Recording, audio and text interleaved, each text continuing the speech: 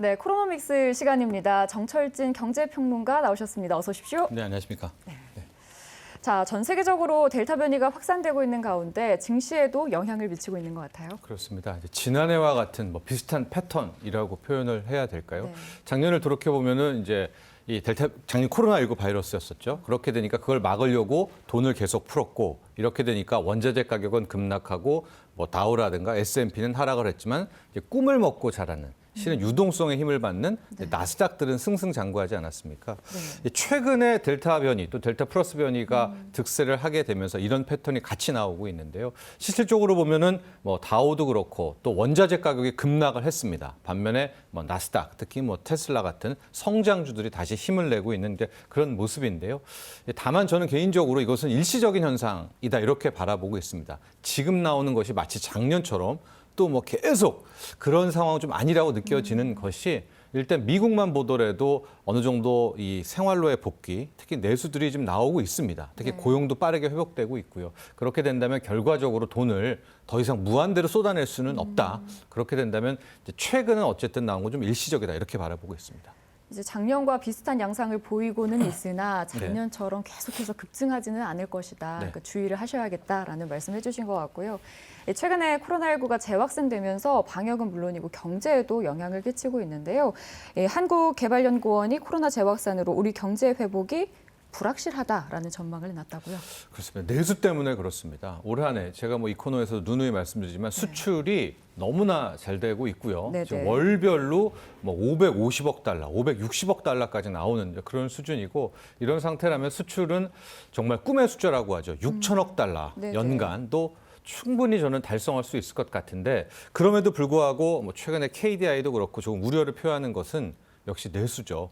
당초에 우리가 올 한 해를 뭐 4%, 4.2%를 바라본 데는 실은 이제 델타 플러스, 델타 변이는 좀 거기에 없었거든요.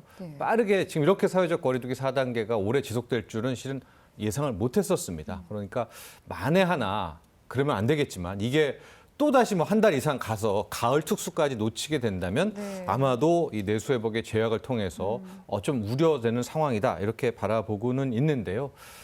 글쎄요. 빨리 이제 앞서 백신 얘기도 했지만 그거야말로 뭐 어떻게 할 수 없는 건 아니겠습니까? 우리가 할 수 있는 만큼 최대한 다 하고 일단은 결과를 지켜봐야 될 것 같습니다. 거기에 덧붙여서 물가까지 치솟으면서 요즘 장 보는 게 참 겁난다 하시는 분들 많거든요. 네, 뭐 전체 소비자 물가 상승률도 그렇고요. 우리 소비자들이 가장 직접적으로 체감하는 이 생활 물가, 뭐 밥상 물가라고 표현을 하게 되는데 올라도 너무 많이 올랐습니다. 밥상 물가만 따로 떼어놓고 보면 거의 8에서 10% 가까이 급등을 했고 전체 OECD 국가 중에서 따로 이 생활 물가만 밥상 물가만 따로 떼어놓고 보니까 전체 3위.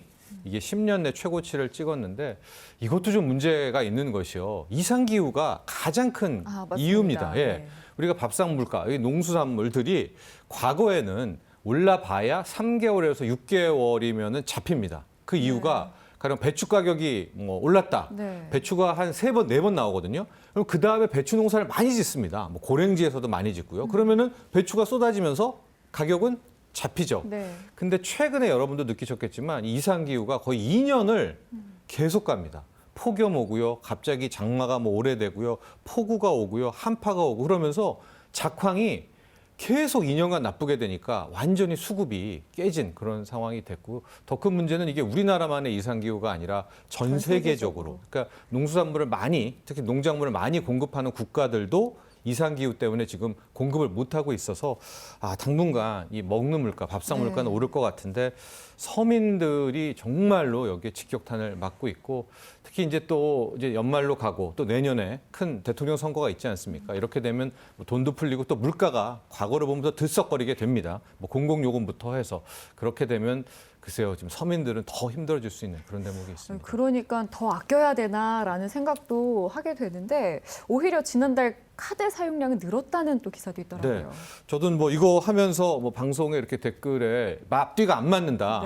7월 카드 사용액이 거의 작년 대비보다 뭐 7% 이상 뭐 늘어났는데 내수가 안 좋다 하면서 근데 카드를 이렇게 많이 썼는데 왜 내수가 안 좋냐? 이렇게 안 맞는데요. 그걸 잘 생각해 보시면은 우리가 이 내수를 살린다라는 것은요. 카드를 쓴 걸로 끝나지가 않죠. 그것이 연관 효과라고 하지 않습니까? 그래서 거기에 사용된 곳이 고용을 하고 그분들이 또 소비를 하고 뭐 이런 식으로 돌아가는 네네. 게 경제 구조인데 지금 분명히 뭐 여름에 카드 사용액은 늘었다고 할 텐데 사용처 같은 것들을 보면 같은 음식업이라고 하더라도 이런 겁니다. 여러분들이 많이 시키는 요즘에 뭐 땡땡 컬리라든가 네. 뭐 밀키트라든가 이런 네네네네. 거로만 이제 배달 주문을 하게 되면 거기에 대해서 소비가 끝나버리죠. 근데 우리가 생각했던 선순환은 음식점에서 돈을 쓰면 그 돈을 가지고 사장님들은 고용을 네. 하고 거기에 취직한 이모님들이 또 경제 활동을 하고 네네. 이제 이걸 원하는데 지금 그게 전혀 안 되고 있어서 특히 숙박, 뭐 음식점 같은 경우에는 직격탄을 맞고 있는 그러니까 거의 배달 쪽이라든가 그런 쪽에서만 특수를 누리고 있는 이거를 이제 뭐 빈익분, 부익분은 아닌 것 같고요. 우리가 K자형이라는 이야기 많이 쓰지 않습니까? 양극화 형태가 아주 치열하게 나오고 있어서 돈은 계속 푸는데 좋은 쪽은 계속 좋게 되고요. 근데 그 좋은 쪽이 우리가 과거처럼 고용을 늘린다든가 이런 식으로 돈이 투입이 되지 않고 있는 이제 그런 현상이 나오고 있는 거죠. 얼마 전에 올림픽을 해서 그런지 이게 이제 경기와 비교가 네. 되는데 개주처럼 계속해서 돌아가야 되는데 그렇습니다. 100m 달리기 땅 하고 끝나버리는 예. 그런 경제의 순환이라는 거죠. 하고 네. 빨리 달리는 그 선수만 네. 계속 1등으로 달려가고요. 못 출발하는 쪽은 아예 출발도 못하는 그런 이제 흐름들이 나오고 있죠. 네.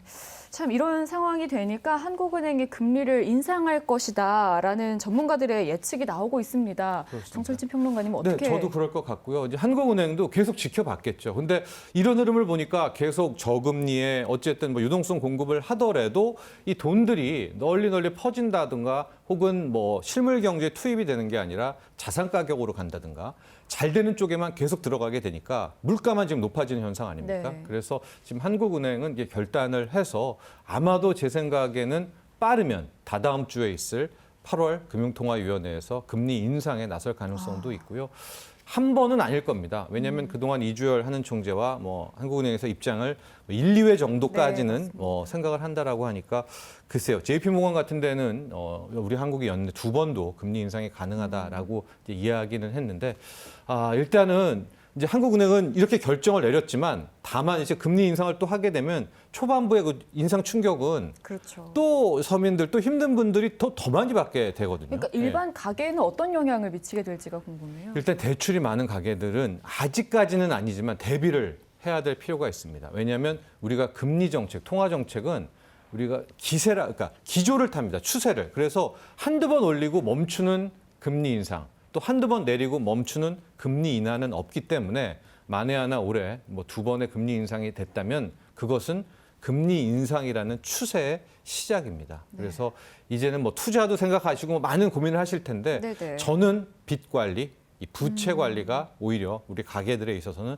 가장 큰 목표가 돼야 되겠다 이런 말씀 전해드립니다. 지금은 이제 부채 관리를 해야 할 시작할 때다. 때다라는 네. 말씀을 해주셨고 아까 방금 좀 전에 말씀을 해주셨지만 소비가 선순환이 돼야 고용이 이제 발생을 하는데 고용 시장도 좀 걱정이 되는데요. 그렇습니다. 이게 같이 이제 돈을 풀고 경제 완화를 했는데도 미국은 지금 뭐 구인난 때문에 뭐 사람들이 오히려 막 일자리가 넘쳐나는 이제 그런 상황이라고 하는데요. 우리는 좀 그렇지가 않습니다. 지금 고용 시장은 계속해서 먹구름이 끼고 있고 하반기는 현재 이 뜻하지 않은 또 사회적 거리두기 4단계 이런 것 때문에 또 이게 너무 오래 이어다 네. 보니까 더 충격이 클 수밖에 없을 것 같은데요. 다만 그동안에 뭐 어쨌든 사회적 안정망 확충으로 고용보험 가입자도 6개월째 늘어나고 있고 고용보험 가입자가 늘어났다는 것은 그분들이 고용을 어디 됐다는 뜻이 아니겠습니까? 그런 점은 긍정적이라고 할 수가 있을 것 같은데 이게 이제 양날의 검인 것이 또 하나의 뉴스는 실업급여가 벌써 지금 1조 이상씩 거의 네네. 6개월째 1조 원대씩 이게 타가고 있거든요. 그런 것은 이게 한쪽에서는 들어왔던 물물이 다시 또 계속 그대로 빠지고 있는 그런 흐름이 있기 때문에 아마도 하반기에는 글쎄 연말까지도 고용 회복은 조금 힘들지 않을까 또 이런 조심스러운 전망도 해봅니다.